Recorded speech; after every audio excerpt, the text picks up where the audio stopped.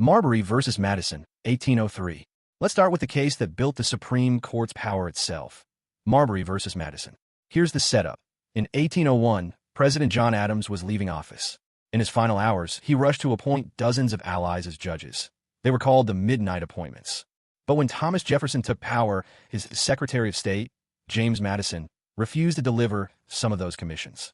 One frustrated appointee, William Marbury, sued, demanding the court force Madison to hand it over. Now the drama. Chief Justice John Marshall faced a tightrope. If the court ordered Madison to act, Jefferson would likely ignore it, proving the court was weak.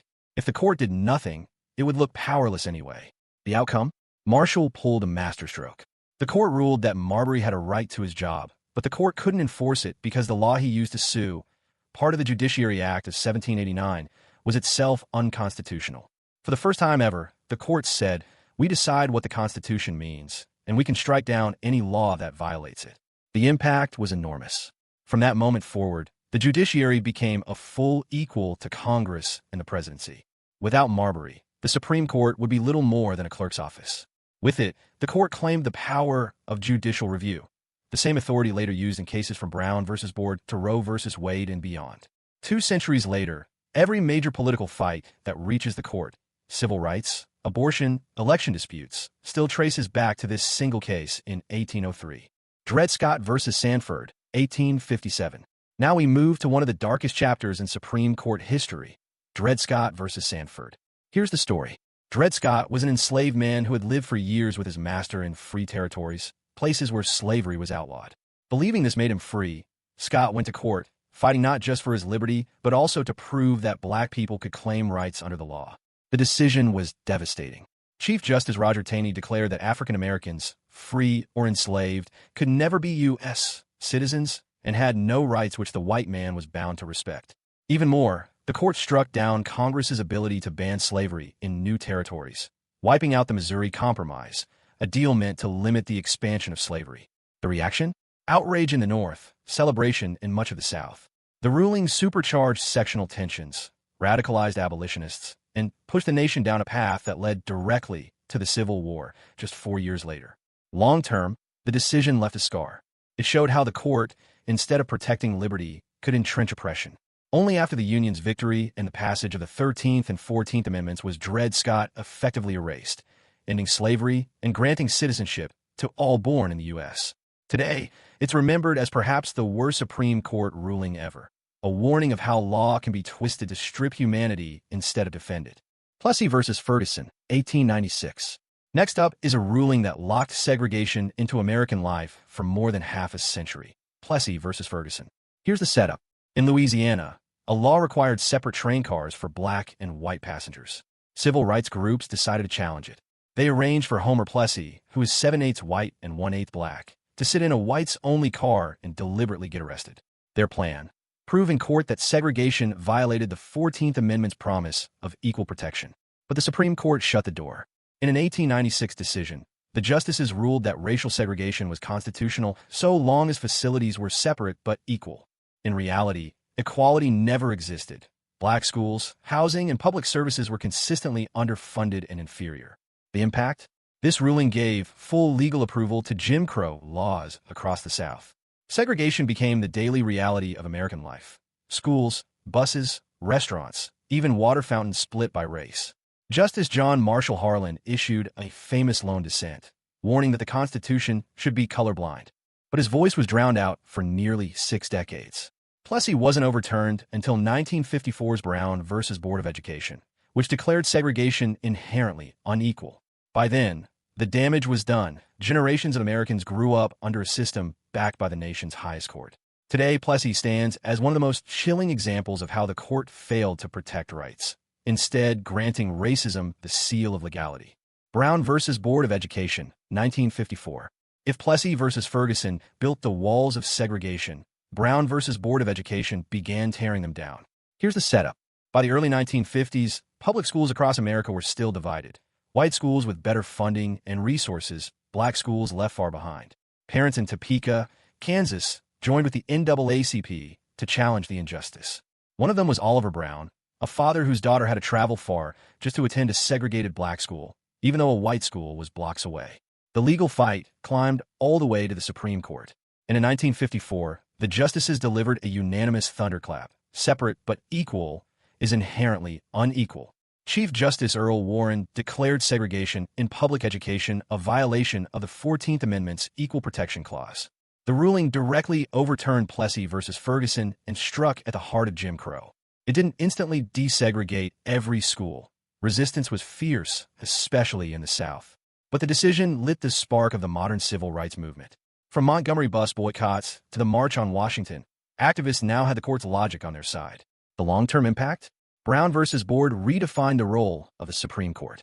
It showed that the law could challenge entrenched social norms, even when the majority resisted. It cracked the legal foundation of segregation and set the stage for landmark civil rights legislation in the 1960s. Today, Brown isn't just remembered as a school case. It's remembered as one of the most important decisions in American history, proof that sometimes 9 justices can help bend the arc of justice forward. Miranda versus Arizona, 1966. If you've ever seen a cop show, you know the line, "You have the right to remain silent. Anything you say can and will be used against you." That all traces back to Miranda versus Arizona. Here's the setup. In 1963, Ernesto Miranda, a Phoenix man, was arrested for kidnapping and assault. After hours of police questioning, he signed a confession. But there was one big problem. He didn't know he had the constitutional right to stay silent or to have a lawyer present. His case went all the way to the Supreme Court. And in 1966, the justices ruled 5-4 that confessions aren't valid unless suspects are informed of their rights. From that day forward, police officers had to issue what we now call Miranda warnings. The right to remain silent, the right to an attorney, and the assurance that if you can't afford one, the state will provide it. The impact was enormous.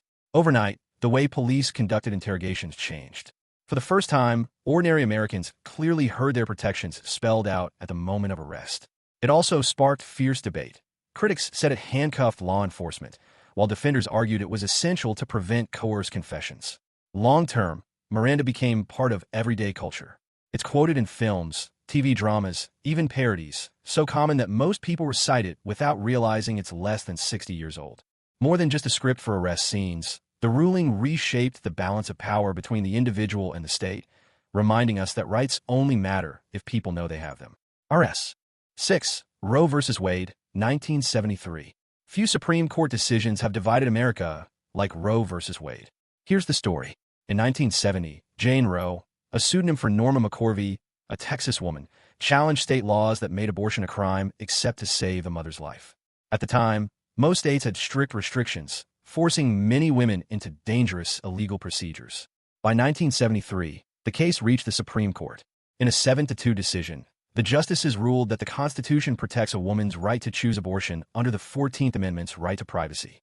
They created a trimester framework. In early pregnancy, the choice belonged to the woman and her doctor. Later pregnancies could face more state regulation. The impact was immediate and seismic. Overnight, abortion became legal nationwide. Supporters hailed it as a victory for women's autonomy and health. Critics, especially religious and conservative groups, saw it as the court stepping into moral and political territory. That clash fueled nearly 50 years of culture wars, political campaigns, and Supreme Court battles. And the story doesn't end there. In 2022, the court's decision in Dobbs versus Jackson overturned Roe, declaring there is no constitutional right to abortion, returning the issue to the states. Some moved to ban it. Others built protections, reigniting the same nationwide conflict Roe first set ablaze.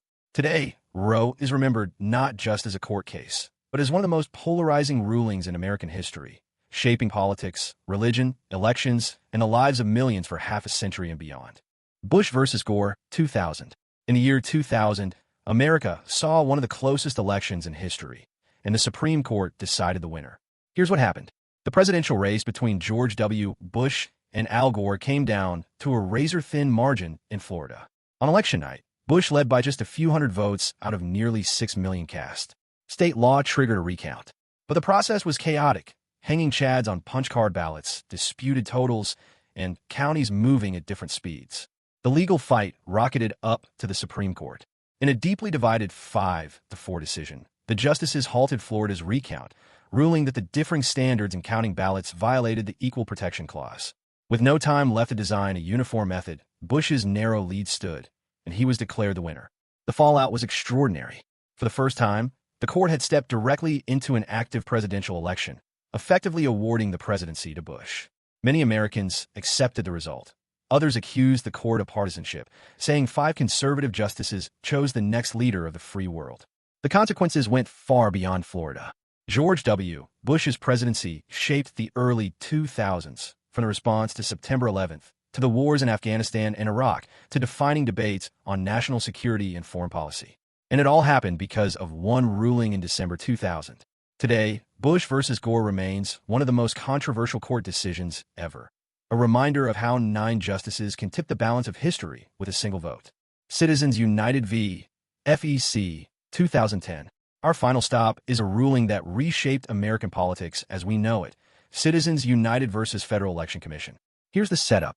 In 2008, a nonprofit called Citizens United wanted to air a negative film about Hillary Clinton during the presidential primaries. Federal law at the time limited corporate and union spending on election ads close to voting. The group sued, arguing those limits violated the First Amendment's protection of free speech. In 2010, the Supreme Court issued a 5-4 decision that changed the game. The justices ruled that corporations and unions have the same political speech rights as individuals. Translation: money spent to influence elections, even unlimited amounts, counts as protected free speech. The result? The floodgates burst open. Suddenly, super PACs and outside groups could raise and spend unlimited sums, as long as they didn't coordinate directly with candidates. In practice, that meant billionaires, corporations, and powerful interest groups could pour staggering sums into campaigns, reshaping how elections were fought and financed. The impact has been massive. Since 2010, political spending has exploded into the tens of billions. Attack ads dominate the airwaves, and the phrase dark money, funds funneled through nonprofits without donor disclosure, has become a permanent part of America's political vocabulary. Supporters say the ruling expanded free speech. Critics argue it gave the wealthiest Americans outsized control over democracy. Today, Citizens United stands as one of the most consequential modern rulings, a single decision that turned elections into high-priced battlegrounds, where the loudest voices often belong to those with the deepest pockets.